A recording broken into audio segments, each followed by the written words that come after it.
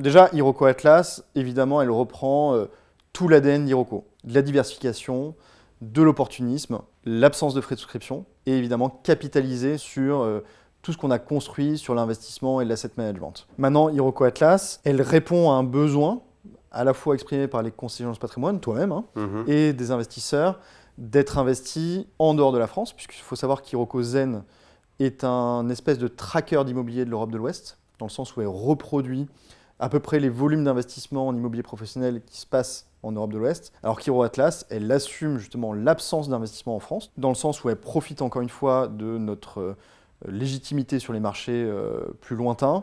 Elle investira donc majoritairement en Europe de l'Ouest, hors France, 60-65%. Ensuite en secondaire, en Europe centrale et dans les pays nordiques. Et enfin en mineur, US-Canada.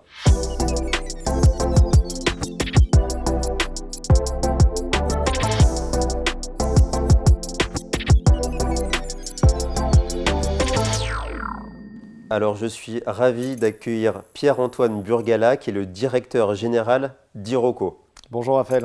Tu vas bien? Très bien, et toi? Merci d'être venu en vélo jusqu'à nous. Oui, je t'en prie. C'est bien, c'est écolo. Ouais, c'est pratique. Top et pratique. Et bah, tu sais, j'ai une habitude, mais tu étais déjà venu. En fait, c'est moi qui étais venu dans les locaux d'Iroko la dernière fois. Tout à fait. J'ai une habitude, c'est de faire jurer sur le code monétaire et financier. Acceptes-tu de dire la vérité? Toute la vérité, dis je le jure parce que les murs ont des oreilles. Je le jure.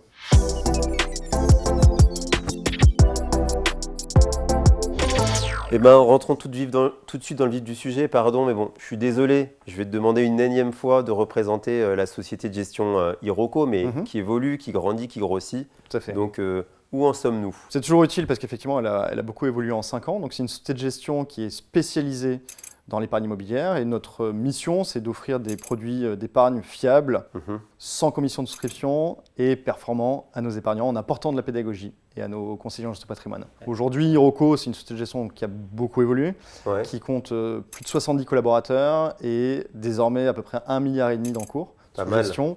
Donc en 5 ans, la route, le chemin parcouru a été costaud. Ok, oui, donc à peu près lancement en 2020. Exactement. Juin 2020, donc on a eu notre agrément société de gestion et en novembre 2020, on lançait notre premier fonds, Iroko Zen.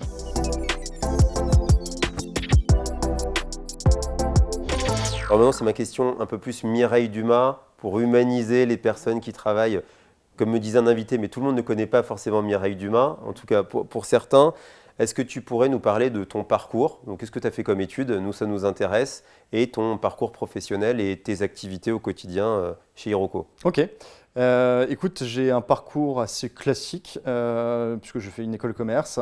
Ensuite, j'étais à Subdeco Reims, qui n'existe plus, puisqu'il s'appelle Neoma, avec fusion, avec Rouen. J'étais à Reims. Promotion 2009.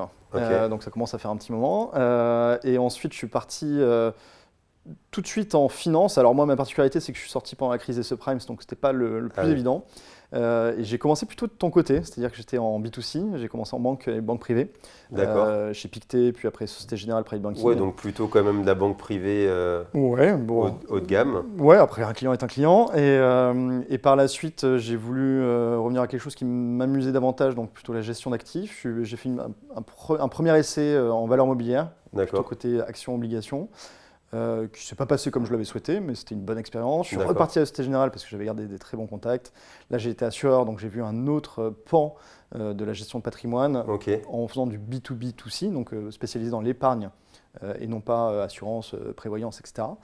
Donc ça, c'était auprès de... Parce que B2B, excuse-moi, auprès de qui alors? Toi, tu étais au parc? Donc moi, je m'adressais typiquement à des conseillers en patrimoine comme toi, ou alors des grands groupes de distribution type plateforme de distribution, c'est-à-dire des entités qui s'adressent auprès des conseillers en patrimoine pour fournir tout un tas de solutions d'épargne, etc.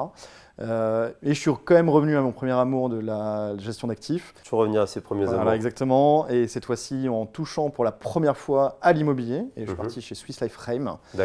Puis après, une petite passe chez Novaxia et enfin Iroko depuis maintenant 5 ans. Très depuis bien. l'origine. Aussi l'anniversaire donc de dès 5 ans. Exactement, on y est, en plein. Presque un membre fondateur on peut le dire, d'Iroko. Alors, j'ai pas été un des fondateurs, mais effectivement, je fais partie des murs et j'étais un des premiers à construire la société de gestion et le produit. En tout cas, une des figures maintenant quand même de Merci, Raphaël. cette société. Voilà.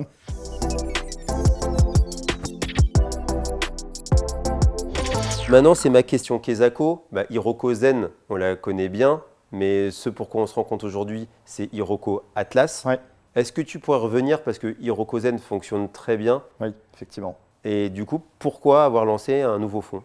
Ouais, Hiroko Zen fonctionne bien. Alors, je commence par la fin pour arriver au début.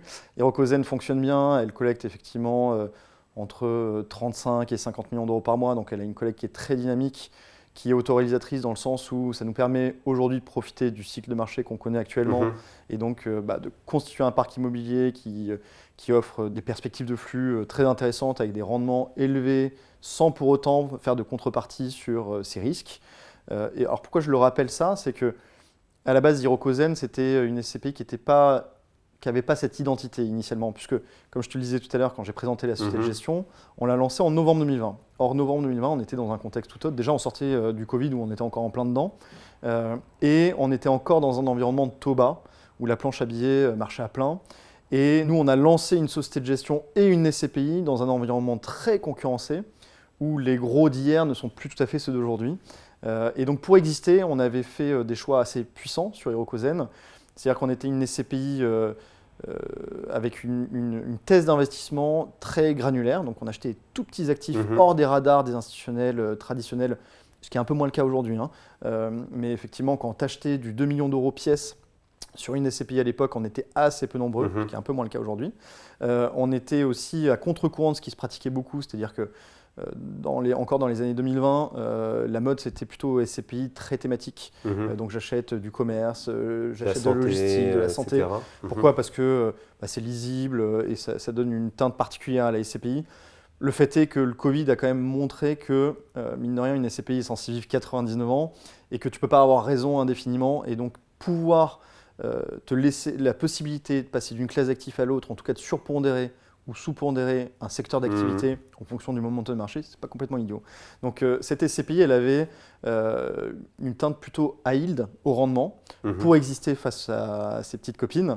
C'est-à-dire qu'elle allait viser des activités secondaires, des actifs de petite taille sur des PME pour avoir du haut rendement et donc exister encore une fois par rapport aux dans concurrents. cet univers. Voilà. Exactement. Okay.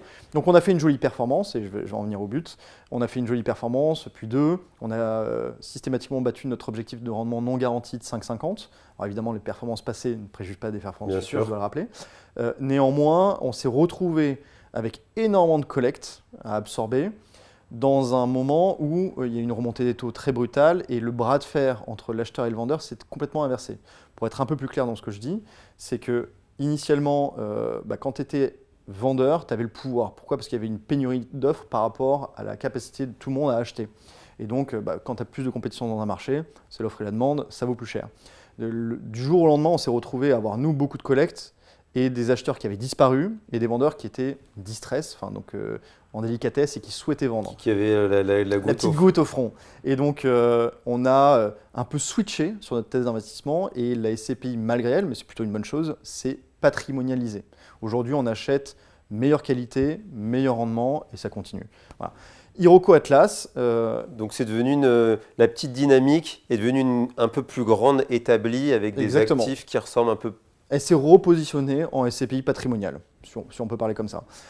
Hiroko Atlas, c'est un retour aux sources d'abord, c'est-à-dire qu'elle va retrouver cette teinte qu'a perdue Hiroko Zen, donc elle va se repositionner sur de l'ultra granulaire, un petit peu high yield. Alors j'aime pas trop le mot en ce moment parce qu'en fait high yield ça sous-entend un peu un concept de risque forcément, sauf que encore une fois les prix aujourd'hui sont stabilisés, mais ils sont encore assez élevés. Enfin, on a une économie qui est ce qu'elle est aujourd'hui, et finalement, les taux ne baissent pas. Donc, aujourd'hui, on est encore en capacité d'acheter du haut rendement sans forcément prendre davantage de risques.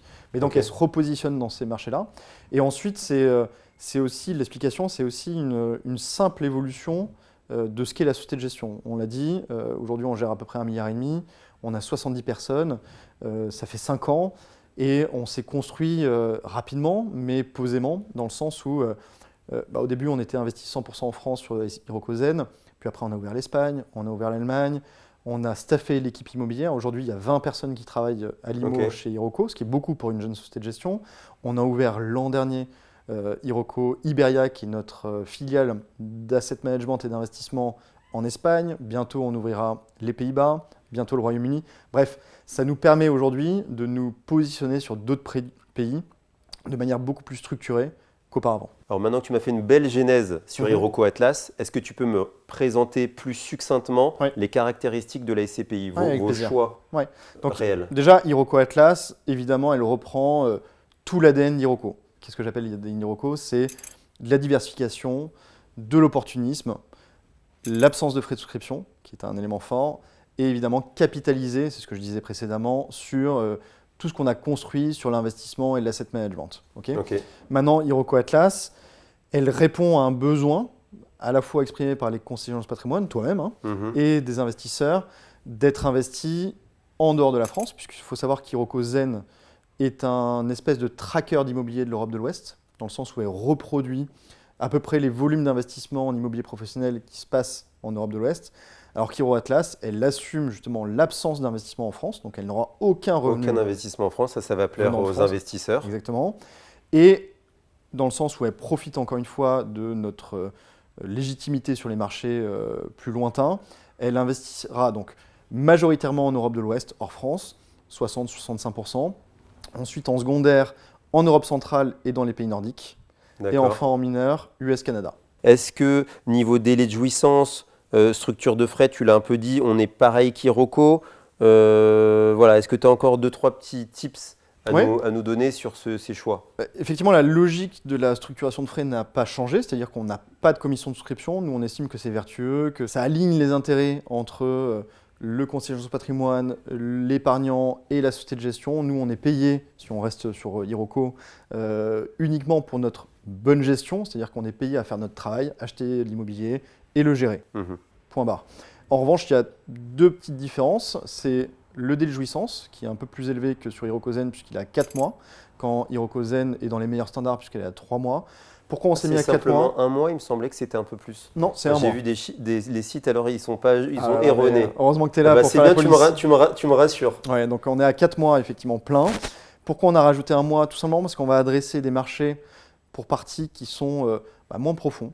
Typiquement, tout à l'heure, je t'ai parlé d'Europe centrale. On va investir notamment en Pologne ou en République tchèque, qui sont des marchés qui ont une très belle dynamique, parce que ce sont deux pays qui sont des plaques tournantes aujourd'hui de l'Europe centrale, avec la proximité avec l'Europe de l'Ouest et les pays de l'Asie.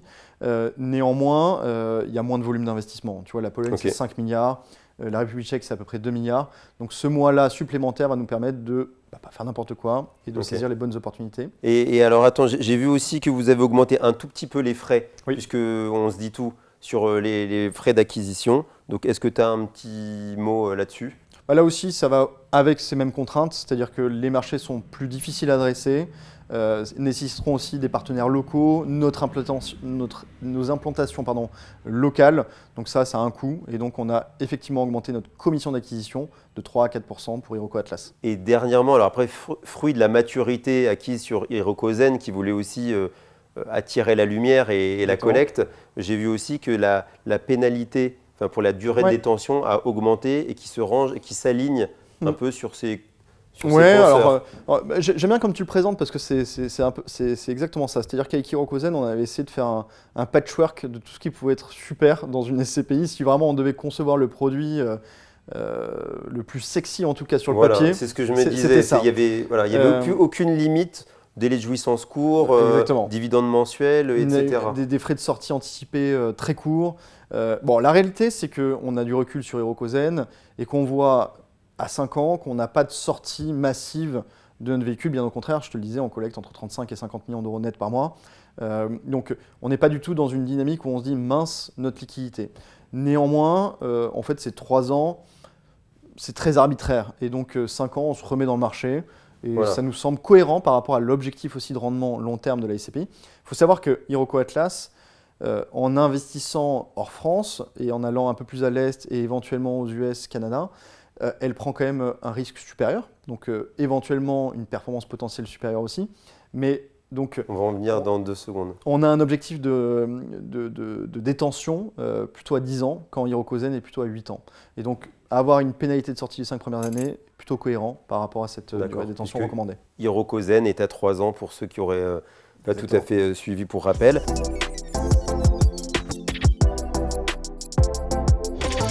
Alors maintenant, c'est ma question cash, tu fais le rebond parfait. A un petit peu plus de risque et cet SCPI qui a l'agilité qu'a un petit peu moins Hirokozen, quel est l'objectif? Est-ce qu'il y a un objectif de rendement non garanti pour 2025? Ouais. Est-ce qu'on peut en parler? Et est-ce qu'il y a quel est l'objectif en ligne de croisière? Parce qu'on sait bien que la SCPI, ce n'est pas pour 1 ou 2 ans. Bien sûr, on a un objectif de rendement non garanti de 6,50 sur Hiroko Atlas et un TERI cible non garanti de 7%. D'accord. Après, à l'image d'Hirokozen, pour ceux qui nous connaissent, il y a ce qu'on se donne comme objectif non garanti et après il y a ce qu'on se donne nous intrinsèquement comme objectif. Bien sûr. Donc Hirokozen bat, et encore une fois les performances passées ne préjugent pas des performances futures, depuis 5 ans son objectif non garanti de 5,50 en ayant des performances à plus de 7% depuis 5 ans. Hiroko Atlas sera dans la même dynamique et ça je peux t'en parler effectivement par rapport aux acquisitions qu'on a ou qu'on va faire. La petite spécificité d'Hiroko Atlas, et je pense que pas grand monde en a conscience, c'est qu'on a lancé la commercialisation le 16 septembre. Néanmoins, c'est un véhicule qui existe depuis déjà 1 an, qu'on a lancé sur fonds propres. On l'a fait à dessein, notamment parce qu'en allant explorer des nouveaux territoires, on ne voulait pas faire porter le risque sur de l'épargne d'investisseurs, mais plutôt sur nos capitaux. Donc depuis 1 an, on se forge une conviction. Mais ce que ça veut dire, c'est qu'on sera aussi en capacité de montrer un taux de distribution non annualisé, donc complet. Ils sont malins, Hiroko, ils sont forts. Sur 2025. Ok. Et donc on peut en parler ou c'est top secret? On fera nos meilleurs efforts pour battre l'objectif non garanti. Okay. Une belle réponse de Normand. Et oui, et sur la durée, tu l'as indiqué, 6,50, parce que le TRI, pour moi, c'est une donnée un peu plus financière. Donc on va rester là-dessus.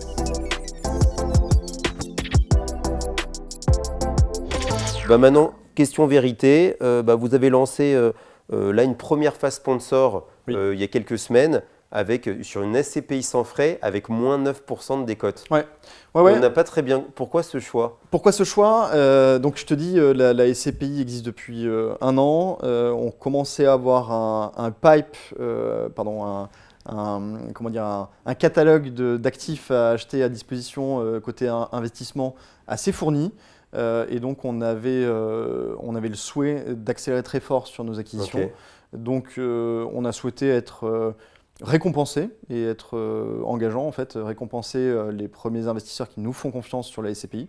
Donc on a fixé effectivement une décote assez importante et qui a eu le mérite de très bien fonctionner puisqu'on a réussi à commercialiser les parts en 3h30. On a dû clôturer d'ailleurs, fort de ce succès, bien plus rapidement que ce qu'on avait imaginé. Et on est ravis parce que ça permet effectivement de cristalliser ce qu'avait imaginé l'équipe d'investissement. Ok, très clair. Il y a aussi une deuxième phase sponsor à moins 4%. Tout à fait. Et après, ça sera la SCPI sans frais classique. Classique, voilà. Donc, deuxième phase sponsor le 4 novembre, où on va viser à peu près 20 millions d'euros. Et enfin, 1er décembre, rendez-vous avec un prix de part normal à 200 € la part, avec l'intérêt d'avoir déjà des actifs dans la SCPI. J'ai une question basique. Un client maintenant, s'il me dit j'hésite entre Hiroko Zen qui n'a pas de frais de souscription ou Hiroko Atlas qui n'a pas de frais de souscription, j'ai entendu ce que tu m'as dit bien évidemment, mais comment les départager? Comment tu caricaturerais Les deux, mon capitaine. Non, blague à part, je pense que ça dépend aussi de son aversion au risque. Je pense que le risque, c'est pas un gros mot. Voilà, la SCPI Hiroko Zen, elle fait 1,2 milliard de capitalisation. Elle a 175 actifs en portefeuille, donc les risques sont dilués. Alors évidemment, il y aura des pépins, mais qui seront compensés par d'autres. Enfin, c'est tout le principe de la diversification, la mutualisation des risques, etc. Elle ne prend qu'un risque de change qui est celui du Royaume-Uni. Sinon, elle n'en prend pas, tout étant en euros. Voilà, Hiroko Atlas. D'accord, je pensais que vous étiez un peu plus sur de la devise. Non, il n'y a que le risque de devise de Royaume-Uni pour Hiroko Zen, tandis qu'Hiroko Atlas, voilà, Hiroko Atlas assume d'autres risques de change, puisqu'elle sera également investie en zloty, en couronne tchèque, éventuellement en dollars si on commence à aller aux US, Canada. Donc c'est un risque assumé qu'on va jouer, c'est un grand mot, mais qu'on va aborder de manière dynamique, c'est-à-dire que à l'image de ce que je te disais sur la surpondération, sous-pondération en fonction des momentum, on va surpondérer ou sous-pondérer une monnaie en fonction de son momentum. C'est le cas par exemple avec le Royaume-Uni. Aujourd'hui, on est, comme d'autres acteurs d'ailleurs, très investis et investisseurs au Royaume-Uni parce qu'il y a un bon momentum d'achat. On fait quoi, Et 80-20 si on doit faire Alors cette comme petite dame, 70? quel âge elle a Non, voilà, mais en tout cas, il y a quand même ce risque de change qui est un petit peu plus avéré sur Iroko Atlas, Exactement. avec l'avantage de l'agilité d'un nouveau fonds. Exactement, donc potentiellement plus de reward, enfin de rendement De potentiel, récompense. de récompense. Et après, tout est une question aussi de confiance. C'est-à-dire qu'une cliente qui rentre aujourd'hui sur Iroko Atlas rentre sur un fonds qui présentera d'ici à fin d'année 4-5 actifs versus 175 pour Iroko Zen. Alors tiens, j'ai une question qui me vient, c'est est-ce qu'on peut caricaturer maintenant la taille d'actifs cible d'Iroko Zen vis-à-vis d'Iroko Atlas? Oui, bien sûr. Iroko Zen, malgré le fait qu'elle ne s'interdise pas, parce que tu sais, nous on n'a pas de dogme, hein, on aime bien rappeler ça, elle ne s'interdit pas d'acheter des actifs de taille plus conséquente qu'elle ne faisait auparavant. D'accord. Tu vois, typiquement, récemment, on a acheté 30, 40, 50 millions d'euros au Royaume-Uni, justement. Pourquoi? Parce qu'il y a une prime à cette taille-là où tu as une absence de compétition, tu as très peu d'acheteurs sur ces volumes-là. Pour autant, Iroko Zen reste très granulaire, ce n'est pas juste du marketing, puisqu'on a une taille moyenne, un volume moyen de 8 millions d'euros. D'accord. Iroko Atlas, elle ira encore plus loin dans cette granularité. Ce qu'on regarde actuellement, c'est entre 2 et 5 millions d'euros, voire un peu moins. Une small cap. Oui, small cap. On aime bien, c'est dans l'air du temps de faire du marketing un peu. Small cap alors. Et Iroko Zen, ça fonctionne très bien aujourd'hui dans l'assurance vie, notamment chez Spirica, puisque ils sont sympas, on nous reverse 100% des dividendes qui sont très réinvestis. Les investisseurs. Du coup, est-ce qu'on peut imaginer qu'Iroko Atlas suive cette direction? Alors Iroko Zen, elle est rentrée assez tardivement dans sa vie, dans l'assurance vie. Puisque c'était fin 2024. Ouais, alors sur Spirica, effectivement, puisque tu en parles, c'était plutôt 2024. Et donc ça commence effectivement à rentrer dans d'autres contrats d'assurance vie. Mais néanmoins, là où je veux en venir, c'est que Iroko, il n'y a pas de raison qu'Iroko Atlas ne suive pas plus ou moins la même dynamique. Ce qu'on aime sur Iroko Zen, c'est que mine de rien, ce qui compose sa capitalisation, c'est 25 000 épargnants qui ont tous des moments de vie un peu différents, tu vois, des jeunes, des moins jeunes. Et parfois des modes de souscription. De la NuPro, exactement. Et mine de rien, ça stabilise quand même grandement le véhicule. Tu n'auras pas un effet de masse qui voudra sortir un instant T. Voilà, tout le monde a sa trajectoire de vie et son mode de détention à lui. Sur Iroko Atlas, du coup, ça vous inquiète moins pour la question de l'assurance vie et des clients qui voudraient ressortir. Et en parallèle, le comportement des assureurs a quand même changé depuis la remontée des taux et certains défauts de société de gestion. Et donc, un assureur aujourd'hui qui regarde un fonds qui fait moins de 100 millions d'euros est assez réticent. Donc, on attendra que Iroko Atlas fasse une taille critique suffisamment intéressante. Ça devrait aller vite, peut-être.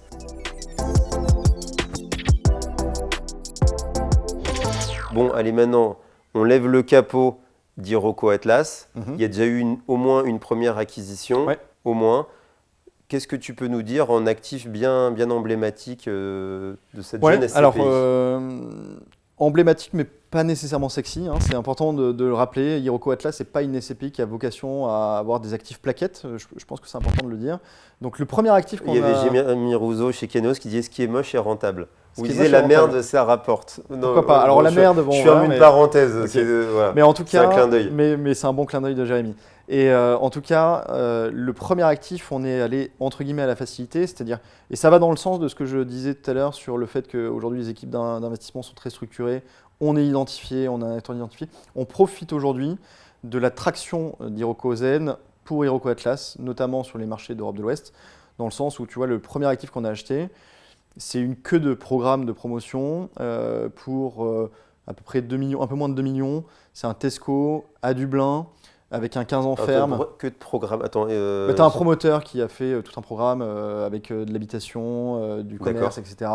Et nous, on achète un commerce Tesco avec un rendement à 7,30, un peu plus de 7,30, 15 ans ferme, loué à Tesco. Et c'est typiquement le genre d'actif qu'on aime bien, qui offre un peu de liquidité, qui est complètement cohérent dans une petite allocation et qui est entre guillemets fiable. Les prochains actifs qu'on va acheter, notamment dans la 3e ville de Pologne, donc je te le disais, on aime bien la Pologne et la République tchèque notamment. Évidemment, on visera l'Allemagne, l'Espagne, donc les pays de l'Europe de l'Ouest, mais en tout cas sur les pays d'Europe centrale. Donc là, on est sur un local d'activité loué à un géant américain dans l'automobile. Également en République tchèque, où on vise un actif et également un local d'activité. Que te raconter d'autre? On est en train de profiter aussi d'un achat qu'on a fait sur Iroko Zen vis-à-vis d'un broker pour acheter du commerce pied d'immeuble dans l'espèce de marais londonien. D'accord.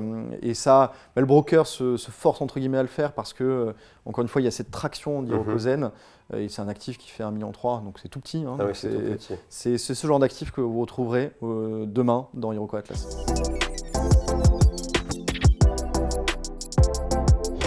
Bah écoute, je te propose de passer aux travaux pratiques. Allez. C'est ma question du petit prince, souvent la question la plus redoutée des invités. Alors je te donne ce tableau. Tu veux voir mes talents de dessinateur? Ouais. Je ne me rappelle pas ce que tu avais fait pour Iroko Zen la dernière fois. Je ne saurais plus dire. Alors. Que te dit ton inspiration?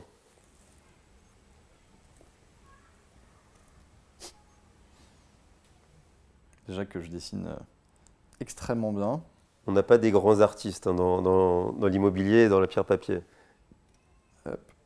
Je ne vais pas être très original, mais il y a de l'idée. Voilà. Donc, sans grand talent. On va montrer Ma ça. fille se moquerait de moi. Donc, j'ai hésité à Peux-tu nous présenter ce dessin? Alors, j'ai hésité à dessiner un planisphère, mais je me suis dit que ça serait catastrophique. Donc, je suis resté à beaucoup plus simple. Je suis resté sur deux éléments du voyage. Une boussole d'un côté. J'espère que tu l'auras reconnu. Non, tu Maintenant, oui. Maintenant, oui. Maintenant, j'ai des mots dessus, ce dessin, une boussole. Et une longue vue qui caractérise plutôt bien la SCPI Iroko Atlas, même Iroko. Ça rejoint toutes les idées que je te disais sur le fait qu'on se soit construit calmement et que maintenant on étend nos territoires. Et Iroko Atlas a évidemment cette vocation à aller plus loin que ne le va Iroko Zen.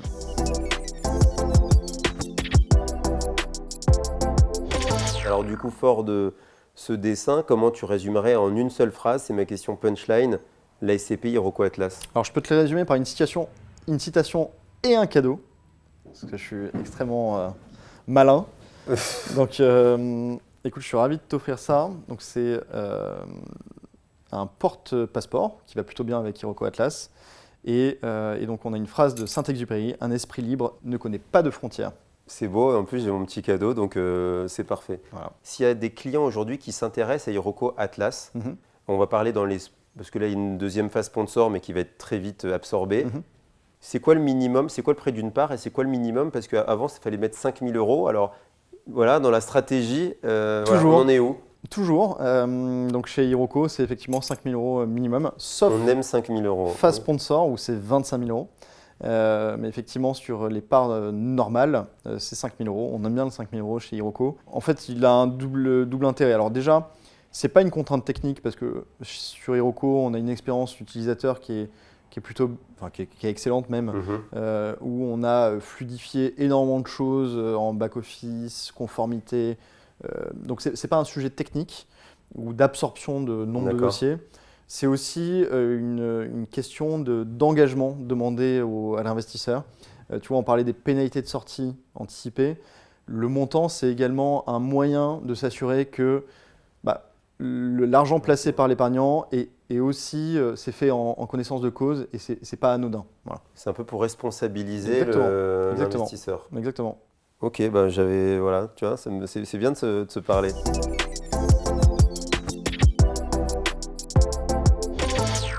Maintenant, je te propose qu'on parle un peu des autres. Ok. C'est ma question fair play. Si tu devais investir à titre personnel dans une SCPI, ce serait laquelle ou lesquelles et pourquoi? Je me rappelle que la dernière fois, il me semble que tu avais parlé de tes anciens camarades de Remake, que tu aimais bien. Ouais. On en est où aujourd'hui? À l'instant T, je les aime toujours bien, donc je vais les reciter. Mais tu peux les aimer bien et pas les citer. Non, mais je vais les citer parce que, en plus, ils ont eu également une actualité avec un autre lancement. Donc, c'est une société de gestion avec des gens sérieux. Remake Live est quand même un fonds dont on partage beaucoup d'éléments et ils le font bien. Donc, je vais les reciter. Mais tu m'as tendu la perche. Donc, Remake Live ou Remake UK? Alors moi j'ai une petite préférence pour Remake Live parce que, Ok. encore une fois, C'est leur Hiroko Zen. c'est leur Hiroko Zen et c'est notre stratégie, en tout cas celle qu'on défend, c'est-à-dire l'ultra-diversification, pas de dogme, granularité. Donc c'est cohérent dans mon choix. Voilà. Ensuite, si je suis un peu différenciant par rapport à la dernière fois, dans le même ADN, je vais citer celle de nos amis de Swiss Life, Mistral. Mistral Sélection. Voilà, Mistral Sélection, alors qui commence à avoir une collecte plus dynamique et donc qui va s'en suivre avec des acquisitions. En tout cas, elle a tous les éléments et une jolie boîte pour tirer son épingle du jeu. Et Pareil, qui commence à être référencé dans l'assurance vie exactement. aussi. Donc évidemment, ça va amener De la collecte. puisque c'est le nerf de la guerre. Donc dans des éléments différenciants que je n'avais pas cités auparavant, je vais dire EpsiCap Nano. On en a parlé tout à l'heure, donc ça m'a donné Ouais. l'idée. Pourquoi EpsiCap Nano? Tu peux dire un mot? Ouais, bah, j'aime bien ce qu'ils achètent, leur granularité, leur sérieux. En plus, là aussi, ils sont ouverts au changement, c'est-à-dire que maintenant ils vont à l'international. Donc pour moi, c'est une SCPI qui a toute sa place dans une allocation. Et au même titre, qui s'associe sur un groupe costaud, je vais citer celle d'Altarea pour être très différenciant par rapport à la plupart Alta des invités. Conviction. Voilà, exactement. Ok, donc là quoi, belle société, tu dis Belle quoi? société, donc une grosse force de frappe, des gens qui sont à la tête d'Altarea, Alta Conviction, qui maîtrisent leur sujet, qui ont déjà roulé leur boss entre guillemets dans d'autres sociétés de gestion. Donc pour moi c'est un bon pot pourri. C'est ton allocation Du moment. Pierre-Antoine. Ok. Exactement. Est-ce que tu aurais éventuellement un mot à rajouter? Quelque chose à dire à cette petite dame, aux partenaires, Cette au petite marché, dame, donc rendez-vous voilà. le 1er décembre, pardon, donc pour le lancement des prix de part normales d'Iroko Atlas, évidemment auprès de Raphaël Oziel à la boutique du Évidemment. placement. Voilà. Évidemment. Bon, bah, très bien, tu as bien répondu, tu as bien parlé de la genèse. On commence un peu à digérer cette SCPI qui est fruit un peu, moi, de ce que je comprends, hein, de l'expérience d'Iroko C'est ça. Zen, Ouais. l'expérience passée, pour l'appliquer voilà, avec un nouvel ADN, avec quelque chose d'actualisé pour Exactement. C'est Iroko très bien- Atlas, très avec bien la joué. longue vue.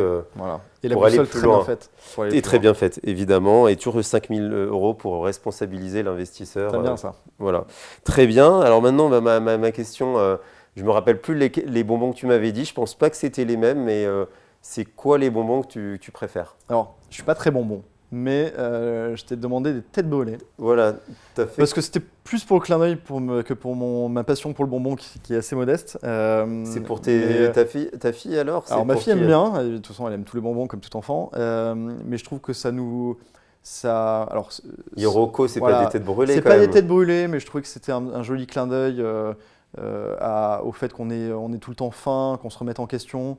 Ah, c'est une image, on rallie c'est tout au une business. Bah écoute, hein, C'est- j'aime pas les Ouais. bonbons, donc il faut bien que je rallie à quelque chose. Eh ben, ils sont très bons, hein, figure-toi. Merci beaucoup. Eh ben, je t'en Merci prie. Raphaël. Eh ben, à bientôt, tu reviens quand tu veux. À très bientôt. Merci Raphaël.